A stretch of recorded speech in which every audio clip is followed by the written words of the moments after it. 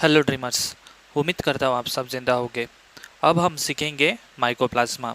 जैसे कि last lecture में हमने यू बैक्टीरिया को जो पहला ग्रुप था साइनोबैक्टीरिया उसे अच्छी तरह से सीख लिया है, तो उसी तरह से आज हम यू बैक्टीरिया का जो सेकेंड ग्रुप है माइकोप्लाज्मा, इसे समझने की कोशिश करने वाले हैं। तो सबसे पहले माइकोप्लाज्मा जो है, ये पॉइंट को आप माइकोप्लाज्मा के बारे में समझने की कोशिश करें। यहाँ पर आप देख सकते हो कि ये जो माइकोप्लाज्मा होते हैं वो फैकल्टेटिव एनारोब्स होते हैं। जैसे कि हमने देखा कि एक ऑब्लिगेट एनारोब्स होता है और एक फैकल्टेटिव एनारोब्स होता है। तो ऑब्लिगेट एनारोब्स हमने देखा है कि वो स्ट्रिक्ट एनवायरनमेंट में रहना पसंद करते हैं जहाँ पर कोई ऑक्सीजन का प्रेजेंस नहीं होता। लेकिन ये जो फैकल्टेटिव एनारोब्स होते हैं ये स्ट्रिक्टली नहीं होते, मतलब ये ऑप्शनल होते हैं। मतलब अगर इनके पास एनारोबिक कंडीशन भी मौजूद होती है तो वो वहाँ पर भी वो सर्वाइव कर पाते हैं, लेकिन वो ज़्यादातर करके एरोबिक कंडीशंस में ही रहते हैं। तो ये बात आप ध्यान में रखें कि माइकोप्लाज्मा जो होते हैं वो फैकल्टेटिव एनारोब्स होते हैं। मतलब अगर ऑक्सीजन की कमी होती है तो ये वहाँ पर भी रह लेते हैं, और ये ज़्यादातर करके जहाँ पर ऑक्सीजन का प्रेजेंस होता है मतलब एरोबिक कंडीशंस में ही रहना पसंद करते हैं। फिर यहाँ पर आप देख सकते हो कि they have double standard linear DNA. तो ये जो माइकोप्लाज्मा होते हैं इनके पास डबल स्टैंडर्ड लीनियर डीएनए मौजूद होता है। फिर आप देख सकते हो कि इनमें फ्लैजिला जो होता है वो एब्सेंट होता है। तो ये बात आप ध्यान में रखें कि इनके पास फ्लैजिला जो होता है वो एब्सेंट होता है, तो इसलिए ये नॉन मोटाइल होते हैं। फिर अब ज़रा हम सेकेंड पॉइंट को भी समझने की कोशिश करते हैं। यहाँ पर आप देख सकते हो कि माइकोप्लाज्मा क्या है, कि माइकोप्लाज्मा और एमिलोज मतलब मॉलिक्यूल लाइक ऑर्गेनिजम्स। तो ये बात भी आप ध्यान में रखिए कि माइकोप्लाज्मा जो होते हैं इन्हें मॉलिक्यूल लाइक ऑर्गेनिजम्स भी कहा जाता है। वो इसलिए ये जो माइकोप्लाज्मा होते हैं ये स्मॉलेस्ट लिविंग ऑर्गेनिजम्स होते हैं। तो ये बात आप ध्यान में रखें कि माइकोप्लाज्मा जो होते हैं वो स्मॉलेस्ट लिविंग ऑर्गेनिजम्स होते हैं, तो इसलिए उन्हें मॉलिक्यूल लाइक ऑर्गेनिजम्स भी कहा जाता है, मतलब एमएलओस कहा जाता है। एमएलओस मतलब क्या होता है, मॉलिक्यूल लाइक ऑर्गेनिजम्स। फिर आप देख सकते हो कि ये these are unicellular free living organisms. तो ये जो माइकोप्लाज्मा होते हैं वो अकेले रहना भी पसंद करते हैं, तो इसलिए वो फ्री लिविंग ऑर्गेनिजम्स होते हैं। They do not have cell wall so they are pleomorphic. और एक और बात यहाँ पर एक नोट करके रख ले कि इंपॉर्टेंट जो बात है ये माइकोप्लाज्मा के बारे में, कि ये जो फीचर होता है इन्हें जो साइनोबैक्टीरिया होता है उनसे अलग करता है। तो वो क्या होता है कि इनमें सेल वॉल जो होती है वो एब्सेंट होती है। तो ये बात आप ध्यान में रखें कि माइकोप्लाज्मा के पास सेल वॉल जो होती है वो एब्सेंट होती है। और आपको ये भी पता होगा कि सेल वॉल जो होती है वो रिजिडिटी प्रोवाइड करती है, मतलब इससे उन बैक्टीरिया को एक स्पेसिफिक शेप नज़र आता है, उन्हें स्पेसिफिक शेप मिलता है सेल वॉल की वजह से। लेकिन इनमें सेल वॉल जो होती है वो एब्सेंट होती है, तो इसलिए इनका कोई स्पेसिफिक शेप नहीं होता, तो इसलिए वो प्लियोमॉर्फिक होते हैं। तो अब आपको प्लियोमॉर्फिक क्या होता है ये भी समझ में आ चुका होगा कि इनमें सेल वॉल जो होते हैं वो एब्सेंट होने की वजह से इनका कोई स्पेसिफिक शेप नहीं होता, तो इनके हमें डिफरेंट टाइप्स ऑफ शेप जो होते हैं इन ऑर्गेनिजम्स में नज़र आते हैं। जैसे कि वो स्पेरिकल भी हो सकते हैं, वो फिलामेंटस के फॉर्म में भी हमें नज़र आ सकते हैं, तो कुछ इस तरह के उनमें शेप्स हमें नज़र आते हैं, तो इसलिए ये प्लियोमॉर्फिक होते हैं। तो ये बात भी आप ध्यान में रखिए कि माइकोप्लाज्मा में सेल वॉल एब्सेंट होती है और वो इसलिए वो प्लियोमॉर्फिक होते हैं कि उनमें डिफरेंट टाइप्स ऑफ शेप हमें नज़र आते हैं। अब ज़रा हम थर्ड पॉइंट को भी समझने की कोशिश करते हैं। यहाँ पर आप देख सकते हो कि mycoplasma are insensitive to penicillin but sensitive to streptomycin erythromycin. तो जैसे कि मैंने आपको बताया कि माइकोप्लाज्मा जो होते हैं इनके पास सेल वॉल जो होती है वो एब्सेंट होती है, और उसी तरह से आपको ये भी पता होगा कि पेनिसिलिन जो होता है वो एक एंटीबायोटिक होता है जिसे हम बैक्टीरिया को किल करने में यूज़ करते हैं। लेकिन यहाँ पर हमने देखा कि सेल वॉल जो होती है वो एब्सेंट होने की वजह से यहाँ पर हम पेनिसिलिन यूज़ नहीं करते। वो इसलिए क्योंकि पेनिसिलिन जो होता है वो सेल वॉल पर अटैक करता है, लेकिन इनके पास सेल वॉल जो होती है वो ना होने की वजह से इसलिए इन पर पेनिसिलिन का कोई असर नहीं होता। तो ये बात आपको क्लियर हो चुकी होगी कि हम यहाँ पर पेनिसिलिन यूज़ नहीं करते माइकोप्लाज्मा की केसेस में। यहाँ पर हम जो डिफरेंट एंटीबायोटिक यूज़ करते हैं वो कौन से होते हैं, वो स्ट्रेप्टोमाइसिन या फिर एरिथ्रोमाइसिन यूज़ करते हैं। तो ये पॉइंट भी अब आपको अच्छे से समझ में आ चुका होगा कि हम पेनिसिलिन यूज़ नहीं करते, यहाँ पर हम स्ट्रेप्टोमाइसिन या फिर एरिथ्रोमाइसिन यूज़ करते हैं, क्योंकि पेनिसिलिन जो होता है वो सेल वॉल पर अटैक करता है और इनमें सेल वॉल एब्सेंट होने की वजह से इसलिए वो जो माइकोप्लाज्मा होते हैं वो इनसेंसिटिव होते हैं पेनिसिलिन के लिए। फिर उसी तरह से यहाँ पर मैं आपको एक इम्पॉर्टेंट बात बताना चाहता हूँ। जैसे कि यहाँ पर आप देख सकते हो कि ये माइकोप्लाज्मा है, तो माइकोप्लाज्मा जो ये वर्ड है, इसी वर्ड में आपको ये जो ऑर्गेनिजम्स होते हैं उनका जो मेन फीचर है वो समझ में आ रहा होगा। माइकोप्लाज्मा, क्या हम इसे माइप्लाज्मा कह सकते हैं? माइप्लाज्मा मेम्ब्रेन। तो यहाँ पर आप ध्यान में रखिए कि माइकोप्लाज्मा से हम क्या इसे माइकोप्लाज्मा को माइप्लाज्मा मेम्ब्रेन कह सकते हैं। जैसे कि हमने देखा कि आर्कीबैक्टीरिया जो होते हैं वो एक्सट्रीम कंडीशंस में इसलिए सर्वाइव कर पाते हैं क्योंकि उनके पास सेल वॉल मौजूद होती है। लेकिन उसी तरह से यहाँ पर जो माइकोप्लाज्मा होते हैं इनके पास सेल वॉल एब्सेंट होने की वजह से इनके पास जो ऑर्गेनेली होता है जो कि उन्हें एक्सट्रीम कंडीशंस में बचाने में मदद करता है, तो वो कौन सा होता है? वो प्लाज्मा मेम्ब्रेन होता है। तो इसलिए तो माइकोप्लाज्मा में जो एक्सट्रीम कंडीशंस में उन्हें बचाने के लिए कोई ऑर्गेनेलिस मौजूद होता है तो वो प्लाज्मा मेम्ब्रेन होता है। तो इसलिए यहाँ पर आप इसको इस मीनिंग से ही, इस वर्ड के मीनिंग से ही आप समझ सकते हैं कि माइकोप्लाज्मा में जो कुछ भी है वो उनका प्लाज्मा मेम्ब्रेन है। माइकोप्लाज्मा मतलब माई प्लाज्मा मेम्ब्रेन, तो प्लाज्मा मेम्ब्रेन ही उन्हें हार्श सिचुएशन, हार्श कंडीशन से उन्हें बचाकर रखता है। तो ये बात भी आपको क्लियर हो चुकी होगी। तो उसी तरह से आप इस वीडियो में भी देख सकते हो जिसमें मैंने एक मीम क्रिएट की है, जिसमें आप देख सकते हो कि पेनिसिलिन का कोई असर नहीं होता इन माइकोप्लाज्मा पर, लेकिन वहाँ पर हम स्ट्रेप्टोमाइसिन या फिर इरिथ्रोमाइसिन यूज़ करते हैं जो कि अफेक्ट कर पाते हैं इन माइकोप्लाज्मा को।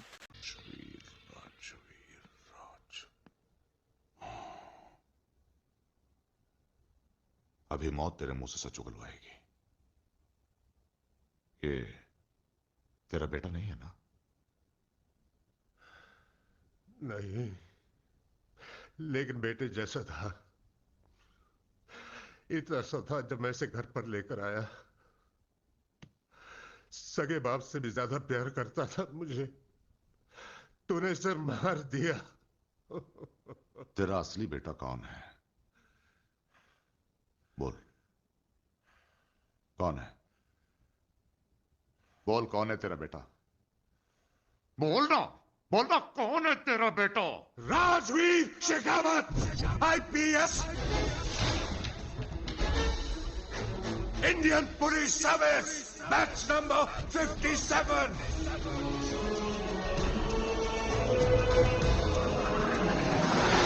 Cadet number 32567, trained at Dehradun.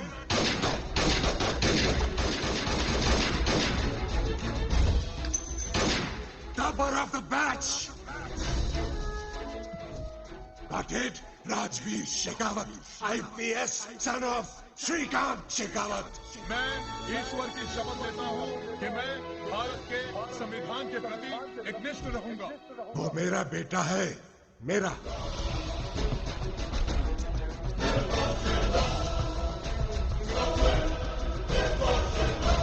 गर्व है मुझे उस पर, गर्व।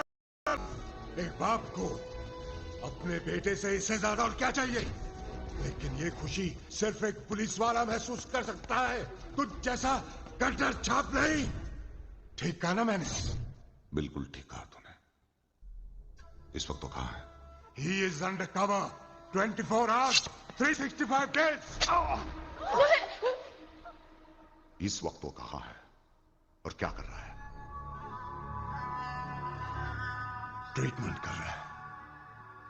तो अब आपको इस वीडियो में ये समझ में आ चुका होगा कि माइकोप्लाज्मा पर पेनिसिलिन का कोई असर नहीं हो पाता, तो इसलिए वहाँ पर जो उनको टफ सिचुएशन से बचाने के लिए कोई ऑर्गेनेलिस होता है तो वो प्लाज्मा मेम्ब्रेन होता है। और हम पेनिसिलिन की जगह पर जो डिफरेंट एंटीबायोटिक यूज़ करते हैं वो कौन से होते हैं? स्ट्रेप्टोमाइसिन या फिर एरिथ्रोमाइसिन होता है। तो ये सारी चीज़ें आपको क्लियर हो चुकी होगी। तो अब ज़रा हम नेक्स्ट पॉइंट को भी ज़रा समझने की कोशिश करते हैं। यहाँ पर आप देख सकते हो कि they can multiply in abiotic medium having sterols, so they are not considered as virus। जैसे कि आपको पता होगा कि वायरस जो होता है वो क्या होता है कि वो एक नॉन लिविंग भी होता है और वो एक लिविंग भी होता है, मतलब वो अगर नॉन लिविंग पर मौजूद होता है तो वहाँ पर वो डेड की तरह बिहेव करता है, लेकिन जैसे ही वो लिविंग के कांटेक्ट में आता है, किसी लिविंग ऑर्गेनिज्म के कांटेक्ट में आता है, मतलब जैसे ही उसे होस्ट मिल जाता है तो वहाँ पर वो लिविंग हो जाता है। तो ये बात आपको वायरस के बारे में पता होगी। तो उसी तरह से ये जो माइकोप्लाज्मा होते हैं ये अबायोटिक मीडियम पर भी आसानी से ग्रो कर पाते हैं, मतलब जो नॉन लिविंग थिंग्स होते हैं उस पर भी आसानी से ग्रो कर पाते हैं। तो वो नॉन लिविंग मीडियम कौन सा होता है, अबायोटिक मीडियम, वो होता है स्टेरॉल्स। तो स्टेरॉल्स क्या होता है, ये एक सब ग्रुप होता है स्टेरॉइड्स का। तो वहाँ पर ये माइकोप्लाज्मा जो होते हैं वो आसानी से ग्रो कर पाते हैं, तो इसलिए इन्हें वायरस कंसिडर नहीं किया जाता। तो ये पॉइंट भी आपको क्लियर हो चुका होगा कि जैसे कि हमने देखा कि वायरस जो होते हैं वो नॉन लिविंग थिंग पर ग्रो नहीं कर पाते, लेकिन ये जो माइकोप्लाज्मा होते हैं ये नॉन लिविंग थिंग्स पर भी ग्रो कर पाते हैं। जैसे कि हमने देखा कि अबायोटिक मीडियम जो होता है वो वहाँ पर ग्रो कर पाते हैं, जो कि जहाँ पर हमने देखा कि स्टेरॉल्स पर ये आसानी से ग्रो कर पाते हैं, तो इसलिए इन्हें हम वायरस कंसिडर नहीं करते। तो ये पॉइंट भी आपको समझ में आ चुका होगा। अब ज़रा हम नेक्स्ट पॉइंट को भी समझने की कोशिश करते हैं माइकोप्लाज्मा के बारे में। यहाँ पर आप देख सकते हो कि it causes pleuropneumonia in cattles so called as pleuropneumonia like organisms. तो ये जो माइकोप्लाज्मा होते हैं ये प्लूरोनिमोनिया भी कॉज करते हैं कैटल में, तो इसलिए उन्हें प्लूरोनिमोनिया लाइक ऑर्गेनिजम्स कहते हैं, मतलब पीपीएलओ जो होता है उन्हें प्लूरोनिमोनिया लाइक ऑर्गेनिजम्स कहा जाता है। तो ये बात भी आपको क्लियर हो चुकी होगी कि इन्हें क्या क्या कहा जाता है, मॉलिक्यूल लाइक ऑर्गेनिजम्स भी कहा जाता है। वो इसलिए क्योंकि ये सबसे छोटे लिविंग ऑर्गेनिजम्स होते हैं, और इन्हें प्लूरोनिमोनिया लाइक ऑर्गेनिजम्स भी कहा जाता है क्योंकि ये निमोनिया भी कॉज करते हैं। और एक और बात यहाँ पर आप ध्यान में रखें कि सबसे पहले ये जो माइकोप्लाज्मा जो पाए गए थे वो कहाँ पर हमें डिटेक्ट हुए थे, तो वो सबसे पहले वो माइकोप्लाज्मा होते हैं वो सबसे पहले कहाँ पर पाए गए थे, वो प्लूरल फ्लूइड में पाए गए थे। तो प्लूरल फ्लूइड जो होता है वो चेस्ट और लंग्स के बीच में जो टिश्यूज़ होता है वहाँ पर ये प्लूरल फ्लूइड मौजूद होता है, और उसी प्लूरल फ्लूइड में ये माइकोप्लाज्मा पाए गए थे। तो ये बात भी आपको क्लियर हो चुकी होगी कि माइकोप्लाज्मा जो है वो सबसे पहले ऐसे कैटल्स में पाए गए थे जिनको निमोनिया हुआ था और उनके प्लूरल फ्लूइड में पाए गए थे। और प्लूरल फ्लूइड कहाँ पर होता है, वो चेस्ट और लंग्स के बीच में जो टिश्यूज़ मौजूद होते हैं वहाँ पर उन टिश्यूज़ में ये प्लूरल फ्लूइड मौजूद होता है, और इन्हीं प्लूरल फ्लूइड में ये माइकोप्लाज्मा को पाए गए थे, तो इसलिए इन्हें प्लूरोनिमोनिया लाइक भी ऑर्गेनिजम्स कहा जाता है। तो जैसे कि हमने देखा कि ये निमोनिया कॉज करते हैं, तो इसलिए उन्हें प्लूरोनिमोनिया लाइक ऑर्गेनिजम्स भी कहते हैं। फिर आप देख सकते हो कि इन्हें जोकर्स ऑफ प्लांट किंगडम भी कहते हैं। वो इसलिए जैसे कि हमने देखा कि इनमें सेल वॉल जो होती है वो एब्सेंट होती है, तो इसलिए इनमें कोई स्पेसिफिक शेप नहीं होता, तो इसलिए इन्हें जोकर्स ऑफ प्लांट किंगडम भी कहते हैं। तो ये बात भी आप ध्यान में रखिए कि इन्हें जोकर्स ऑफ प्लांट किंगडम भी कहते हैं क्योंकि इनका वेरिएबल शेप्स हमें इनमें नजर आते हैं। फिर अब जरा हम नेक्स्ट पॉइंट को भी समझने की कोशिश करते हैं। यहाँ पर आप देख सकते हो माइकोप्लाज्मा के बारे में कि माइकोप्लाज्मा रिप्रोड्यूस बाय बडिंग और बाइनरी फिशन। और जैसे कि हमने देखा है कि बैक्टीरिया में जो रिप्रोडक्शन होता है वो किस तरह से होता है, हमें बडिंग या फिर बाइनरी फिशन के रूप में नजर आता है।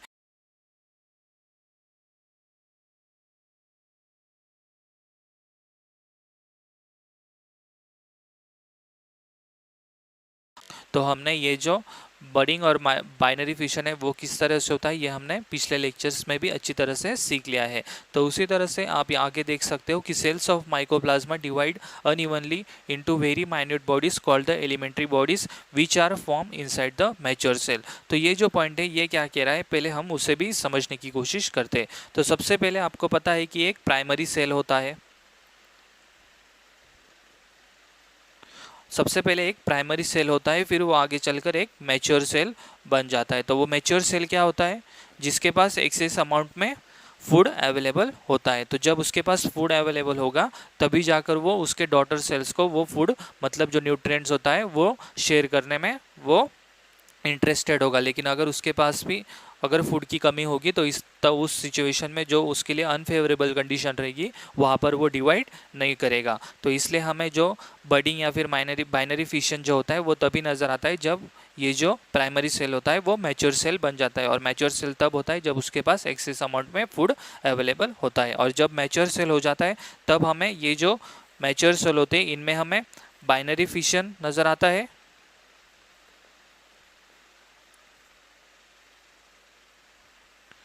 या फिर कुछ स्पेशल केसेस में हमें एलिमेंट्री बॉडीज जो होती है वो बनती हुई नज़र आती है। तो ये बात भी आपको क्लियर हो चुकी होगी कि जब ये मैच्योर सेल हो जाते हैं तो उनमें हमें बाइनरी फिशन नज़र आता है, या फिर कुछ स्पेशल केस में हमें एलिमेंट्री बॉडीज़ जो होती है वो बनती हुई नज़र आती है। तो एलिमेंट्री बॉडीज़ क्या होती है, ज़रा हम उससे समझ लेते हैं। तो एलिमेंट्री बॉडीज़ क्या होती है कि जो सेल्स होते हैं वो ये मैच्योर सेल के अंदर ही डिवाइड करना शुरू कर देते हैं। कुछ इस तरह से ये जो सेल्स होते हैं वो इसी मैच्योर सेल के अंदर डिवाइड करना शुरू कर देते हैं, और इन्हीं जो छोटे सेल्स होते हैं उन्हें एलिमेंट्री बॉडीज़ कहा जाता है। तो कुछ इस तरह से एलिमेंट्री बॉडीज़ जो होती हैं वो बनती हुई हमें इन माइकोप्लाज्मा में नज़र आते हैं। तो ये बात भी आपको क्लियर हो चुकी होगी कि माइकोप्लाज्मा में बाइनरी फिशन बडिंग होता है, या फिर कुछ स्पेशल केसेस में हमें एलिमेंट्री बॉडीज़ जो होती है वो बनती हुई नज़र आती है। और एलिमेंट्री बॉडीज़ क्या होती है, जहाँ पर मैच्योर सेल के अंदर ही सेल्स डिवाइड करना शुरू कर देते हैं, और उन्हें वो जो सेल्स डिवाइड होते हैं जो मैच्योर सेल के अंदर होते हैं उन्हें एलिमेंट्री बॉडीज़ कहा जाता है। और जब ये मैच्योर सेल के अंदर एक्सेस अमाउंट में एलिमेंट्री बॉडीज़ बन जाते हैं तो ये जो मैच्योर सेल होता है वो बर्स्ट हो जाता है, और वहाँ से ये माइकोप्लाज्मा जो होते हैं वो रिलीज़ हो जाते हैं और वो इंडिपेंडेंटली बिहेव करना शुरू कर देते हैं। तो कुछ इस तरह से हमें माइकोप्लाज्मा भी यहाँ पर बनते हुए नज़र आते हैं, जो कि एलिमेंट्री बॉडीज़ के रूप में मैच्योर सेल के अंदर मौजूद होते हैं। तो अब आपको माइकोप्लाज्मा के बारे में सारी चीज़ें क्लियर हो गई होगी, और हमने ये अच्छी तरह से देख लिया है कि बाइनरी फिशन और बडिंग जो होती है वो किस तरह से हमें नज़र आती है। तो मैं उम्मीद करता हूँ कि आपको माइकोप्लाज्मा के इस बारे में सारी चीज़ें आपको क्लियर हो चुकी होगी। तो यहाँ पर हमने क्या क्या चीज़ें देखी है कि माइकोप्लाज्मा को क्या क्या कहा जाता है, मॉलिक्यूल लाइक ऑर्गेनिजम्स कहा जाता है क्योंकि ये सबसे स्मॉलेस्ट लिविंग ऑर्गेनिजम्स होते हैं। इन्हें प्लूरोनिमोनिया लाइक ऑर्गेनिजम्स भी कहा जाता है क्योंकि ये निमोनिया भी कॉज करते हैं। माइकोप्लाज्मा जो निमोनिया होता है वो निमोनिया कॉज करता है, और उसी तरह से इन्हें जोकर्स ऑफ प्लांट किंगडम भी कहा जाता है क्योंकि इनका जो कोई स्पेसिफिक शेप नहीं होता, तो इसलिए इन्हें जोकर्स ऑफ प्लांट किंगडम भी कहा जाता है। तो मैं उम्मीद करता हूँ कि आपको माइकोप्लाज्मा के बारे में सारी चीज़ें अब क्लियर हो चुकी होगी, और अगर नहीं भी समझ में आया हो तो कल फिर से कोशिश कर लेना। Thank you.